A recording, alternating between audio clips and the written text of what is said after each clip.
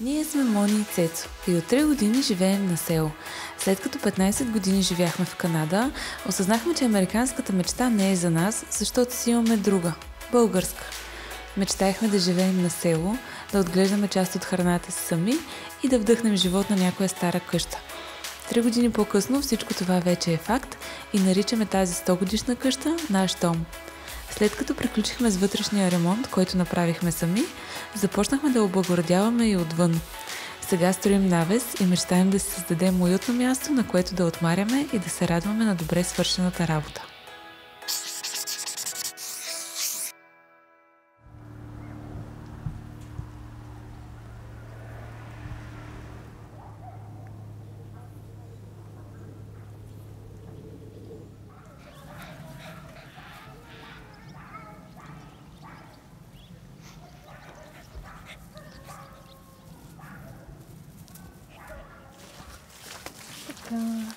И направо почваме и вадим.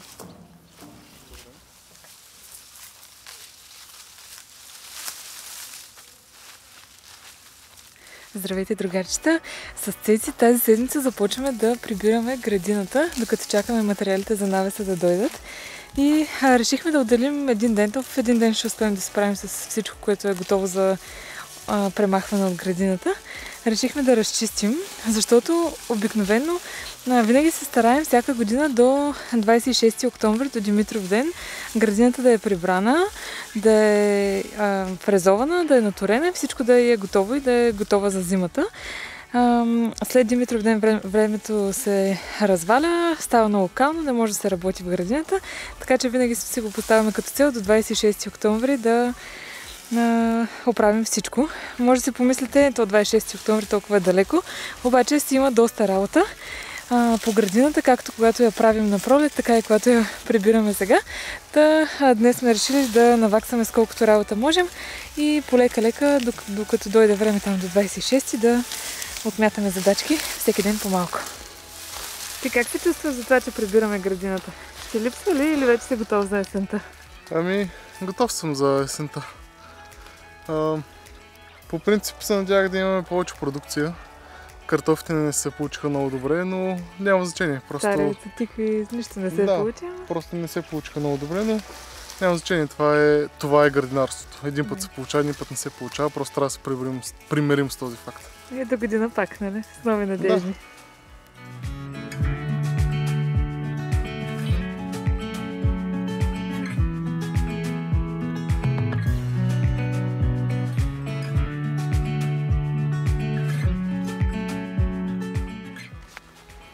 Бецеци, толкова ли ти е голяма реколтата от тикви, че не можеш да буташ по баира? Много ми тежат направо. Чакай да ги покажа. Едва ми дам се движи. И това е гордостта за тази година. Направо, чак се притеснявах, ако я сложа в количката Цеци, дали ще може да я бутат по баира. Да. До година пак, нали? Ох, не мога да ми тук, чакай. Ей!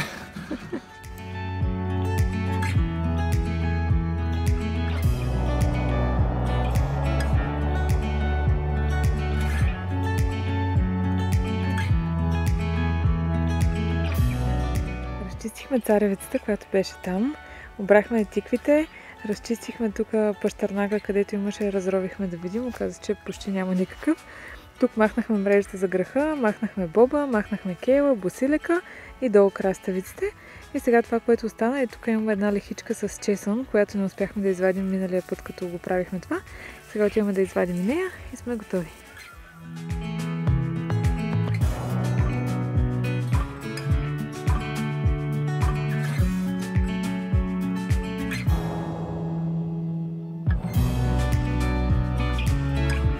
Готови сме, доста бързо стана. Това е защото аз съм се специализирал. Но колко извадихме, не са много. Малко, по-малко от миналия път, но все пак доволно. Все пак е една леха. Заради това. Но сега отиваме да обядваме и после продължаваме с градинската стая. Добре. Хайде.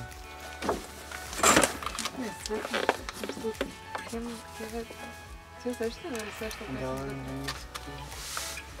Да, имаше една.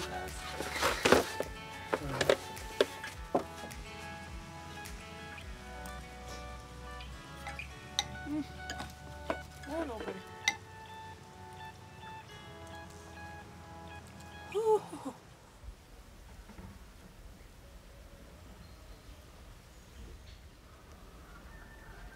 Хапнахме, починахме си и сега, преди да продължим работата по навеса, още една малка задачка има да отметнем, която е свързана с градината и тя е да оправим градинската ни стая. Тук горе в една от селскостопанските постройки имаме една стая, която използваме да трупаме всякакви градински неща и да е всичко на едно място и да е на сухо.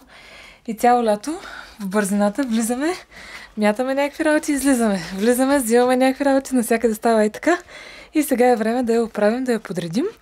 Дори ще качим и един шкаф, ще сложим тук, за да е малко по-подредено и есента, като започнем да прибираме капкови и разни такива неща, всичко да бъде лесно и подредено и да може да се намира бързо. Можеш ли да вземеш долу оная метла, която мама я беше купила синята и там долу дето е? Да оберем пайжените. И аз ще почна да разчиствам за това рафче, после може да окачим. Тук ли ще особено? Да.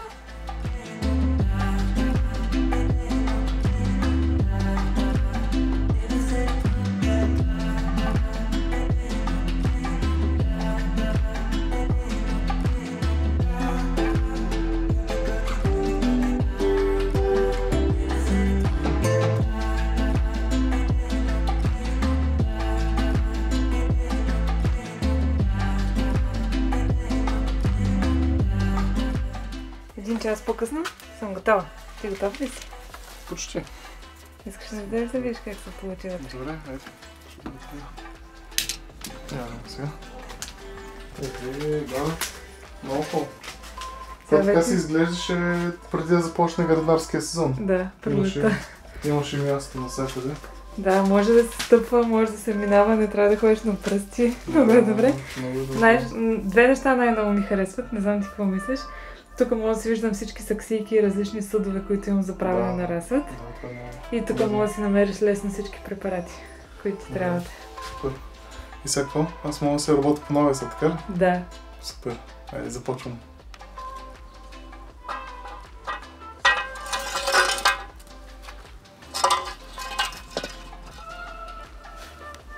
Аз започвам сега да работя по навеса и това, което първо ще се захвана да правя, ще оправя една гърбица, която се получи тук на бетона. Нямам идея как се стана, защото ние много внимавахме за такива неща, но получило се. Трябва да се оправи със сигурност, защото когато почнем да, каквато и настилка да решим да сложим отгоре плочки или плочи или каквото и да е, това ще е много голям проблем, защото тя не е малка гърбицата, ми е сравнително голяма. Ще се пробвам сега с картача да видя как ще стане. И така, ако трябва ще изкърта 1-2 см там, където е гърбицата и после ще я замажа с пясък и цимент. Така че ставям камерата и започвам.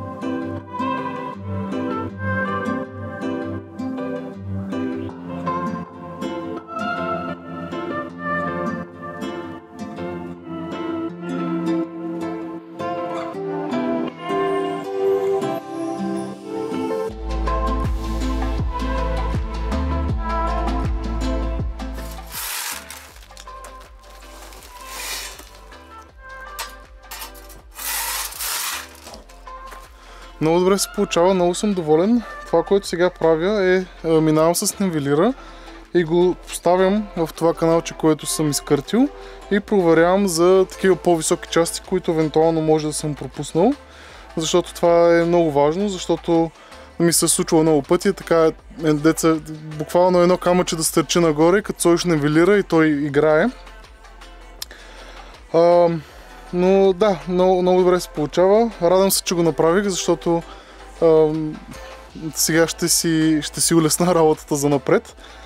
Следващата работа, която трябва да се свърши тук, която вероятно няма да е днес, е да се грундира този канал и ще го мина с пясък и цимент, като подобен материал като за замазка, просто за да запълня тези кратери, които се получават от къртенето. И това е. После, след това ще се занимавам с тока по навеса.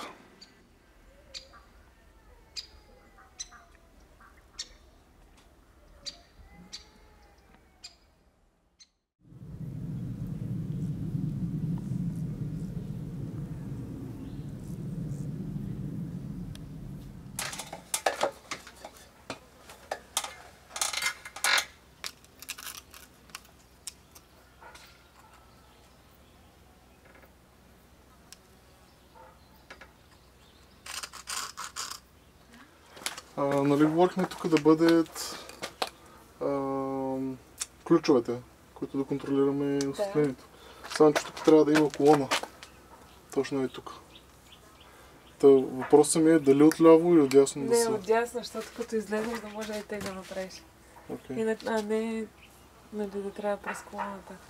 Сега започвам да работя по електричеството в навеса и това, което сега правех планирах си какво ще има, например къде ще има разпределителни кутии, къде ще има ключове, къде ще има контакти, за да знам къде да си направя каналчета. Защото искам вече всичко да вкопая, защото тук тези кабели, които са стояли временно, вече няма да има нужда да стоят временно. И така, сега оставям камерата и продължавам.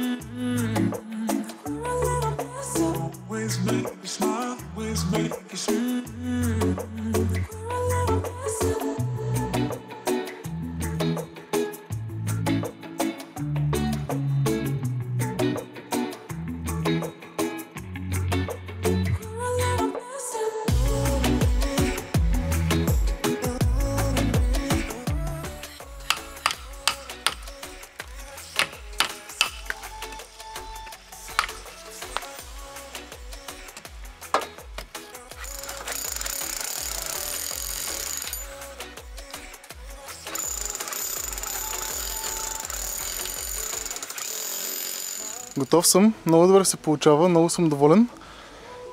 Доста прашна работа и мръсна е, но няма как, няма начин това да се направи. Тук е направо като бомба паднал сега в момента, но ще се изчисти, не ме притеснява. Сега е време за обяд, само ще поизчистя малко тук на някои прекалено мръсни места покрай вратата, за да не вкарваме всички обуклук вътре и после отивам да обядам.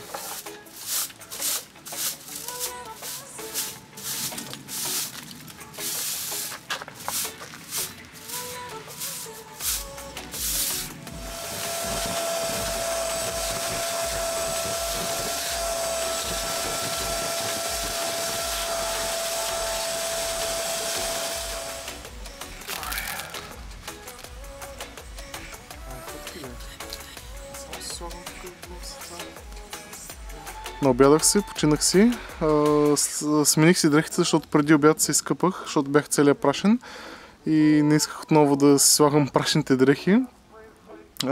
Това, което сега трябва да направя, да разчиста всичкия този боклук, който стана от преди малко и след това ще си опъвам кабелите и ще си слагам разпределителните кутии, конзоли където трябва. Ще ви показвам какво се случва. Така че оставям камерата и започвам да работя. А ти, госпожице, ще работиш ли днес нещо? Не кажи. Ще работиш ли нещо? Или само ще се гушкаш? Твоя работа ще бъде да се гушкаш. И да тепкаш.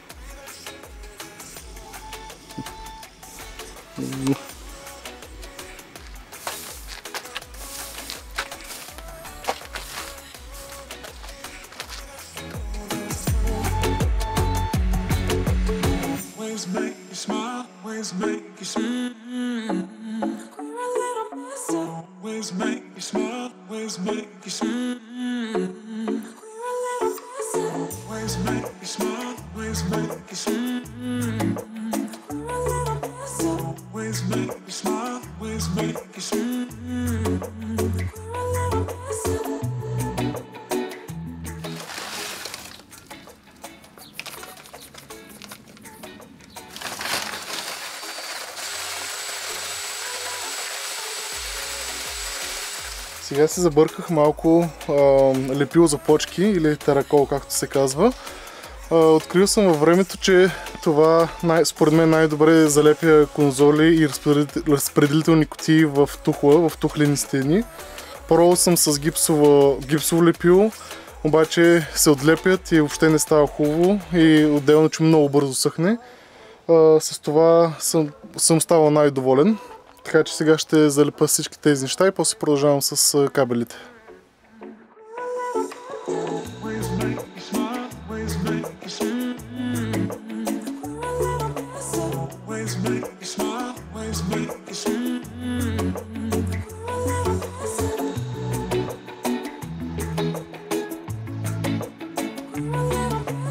Готов съм, стана много добре, много съм доволен. Както по-рано казах, според мен с бялото лепило за плочки най-добре се залепят и най-стабилно стои. Сега продължавам с малко кабели тук да поупъна и това ще е за днес.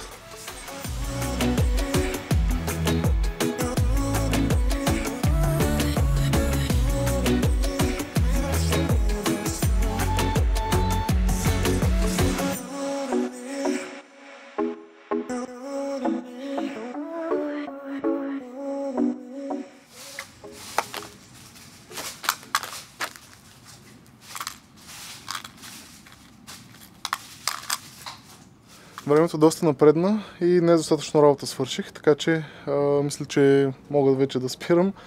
И утре е ден, утре ще си довърша всичко, каквото ми остава.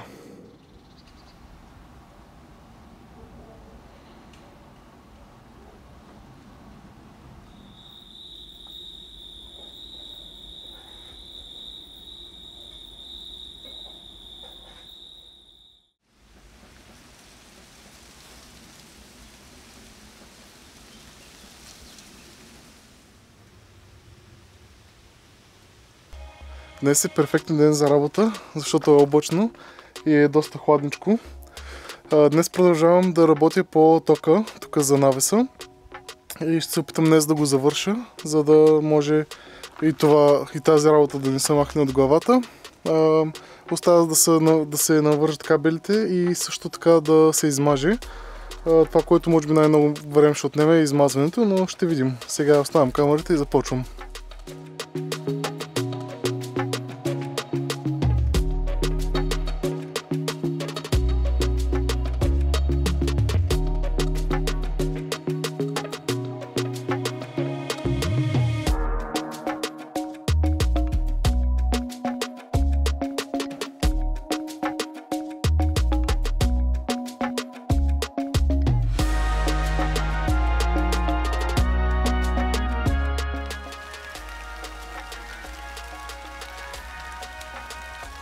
Както се работих и изведнъж, разбира се, започна да вали. Аз в принцип съм раздвоен. По принцип искам да вали дъжд, защото цяло лято не е валял никакъв дъжд. Но пък в същото време ми бърка малко работата, но няма значение. Прибрах всичко, така че ще видим, ако понамали малко, ще си излезе и ще си довърша работата. Какво бе? И ти ли искаш да си на камерата? И ти ли искаш да си на камерата?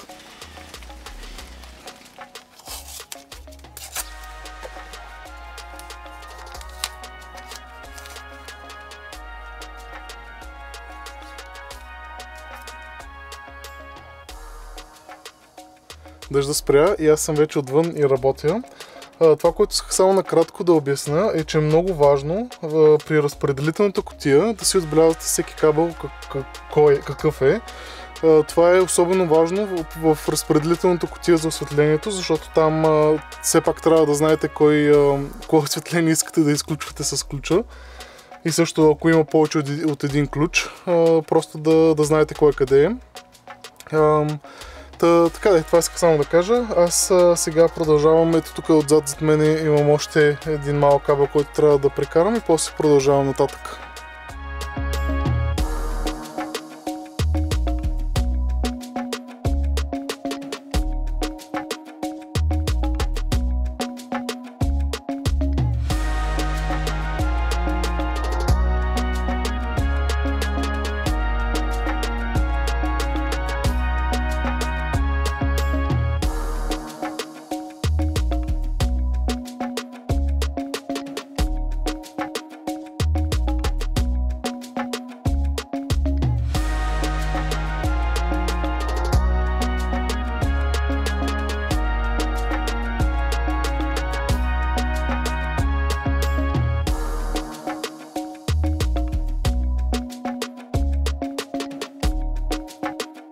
почти съм готов. Останаха ми само още да прекарам кабелите за 2 лампи, което в сравнение с всичко, което съм направил сега е нищо, защото прекарах суматиметри с кабели.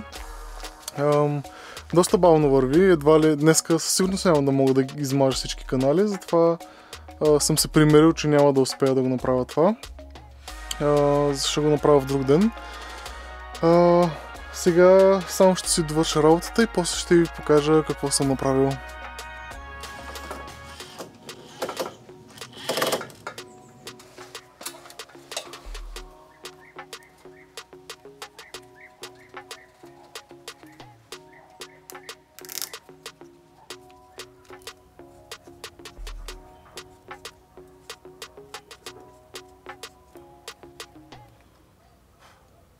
Най-накрая съм готов. Доста работа свърших. Аз това по-рано не го обясних, но сутринта бях до града и затова сериално започнах да работя след обед. Но за това кратко време успях да навържа цялото електричество. Както знаете, вчера бях направил само един кабел, така че съм много доволен от това, което успях да свърша днес. Сега ще ви покажа къде и какво съм сложил. Ела, Мони, първо ще започнем там от ъгълчето на къщата.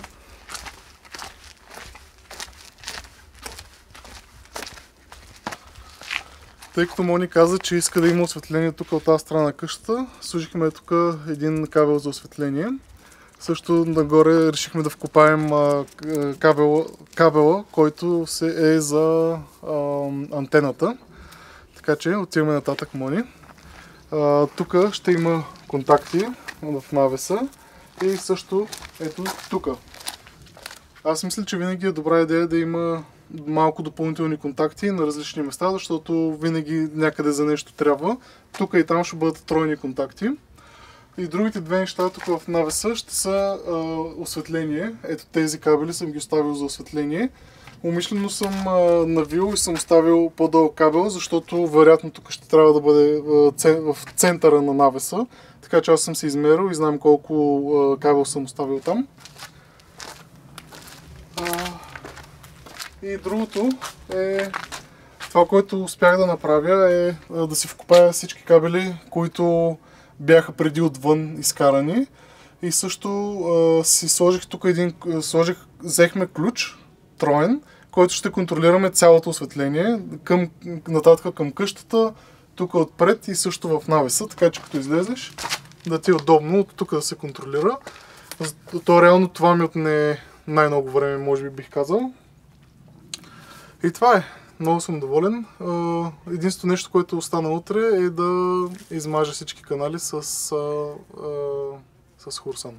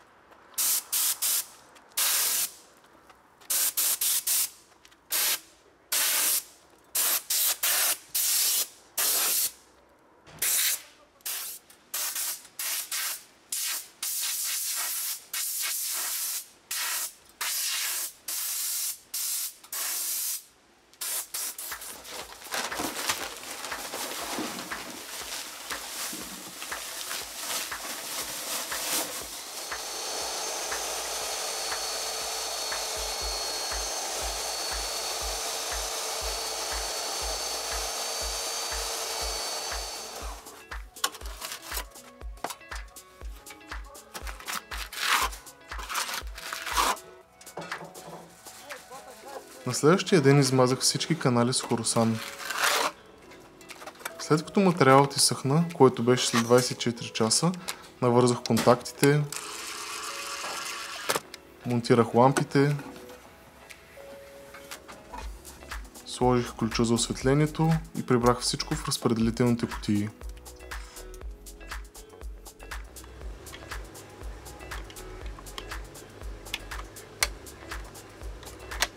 Свърших с електричеството и съм много доволен с това, защото още един камък ми падна от сърцето, защото това беше работа, която трябваше да се свърши и беше много пипкава.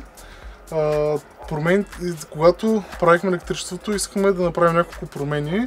Първата е, че искахме да скрием тук, имаше едни кабели, които бяха за генератора и също трябваше отново да върнем електричеството към другата част на къщата, защото когато ремонтирахме, бях отрязал кабелите.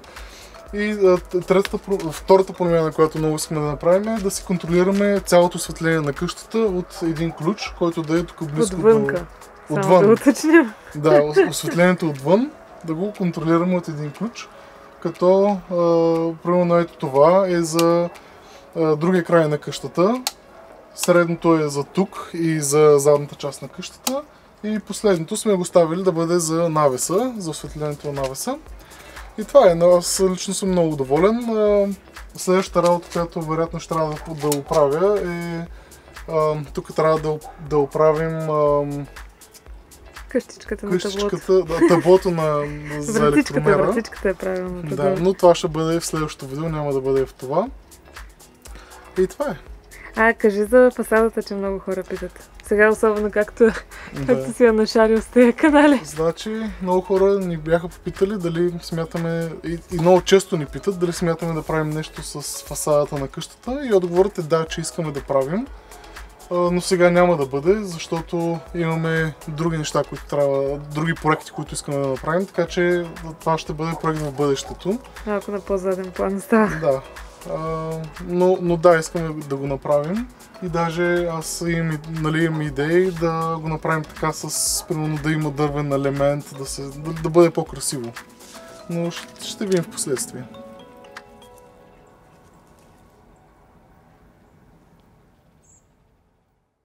Хубаво ли на село, Ласка? Защо? Не знам къде е центъра си.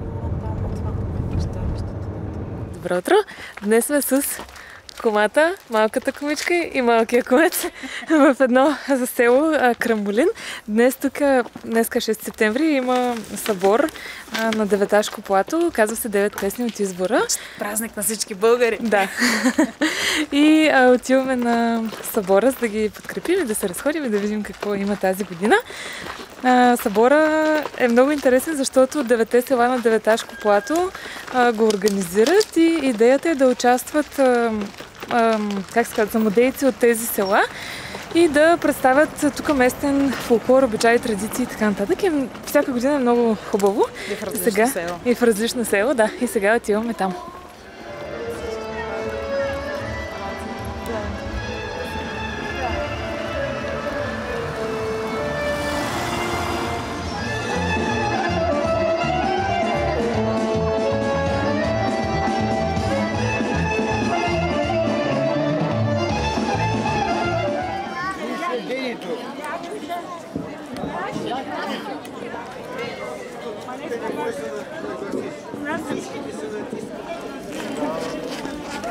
Къде отиваме, Ласко? На разходка ли? Да. Тук харесва ли ти? Да, тук харесва. Добре.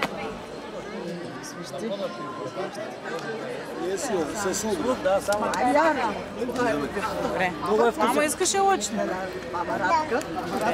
Само съм чувала. Легенди.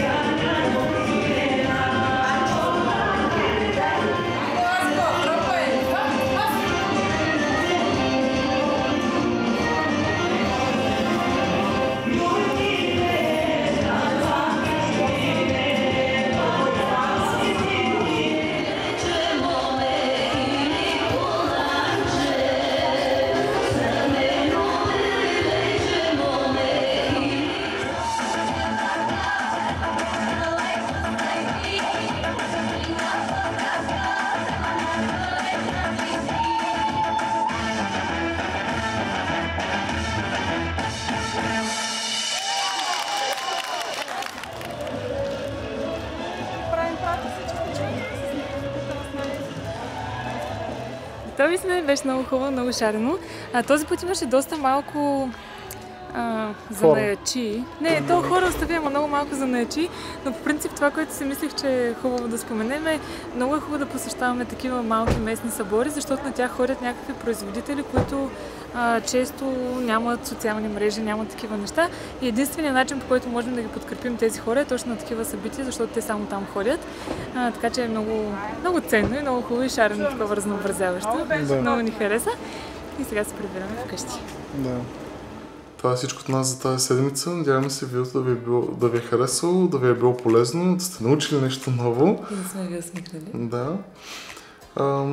Това е. Ако ви хареса, дайте ни палец нагоре. Коментирайте. Коментирайте. Коментирайте, ако имате нещо да ни питате или да ни кажете. Стараем се да четем и да отговаряме на всички коментари, дори с някакво забавяне. И се абонирайте за канала, ако все още не сте го направили, да са ви интересни видеята. На вас ви коства само едно кликване, но за нас означава наистина много и много ни помага да достигаме до повече хора.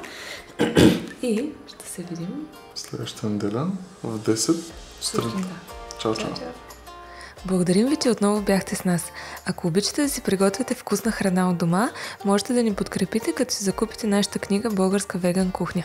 В нея сме събрали над 80 изцяло постни рецепти, които ще станат любими на цялото ви семейство.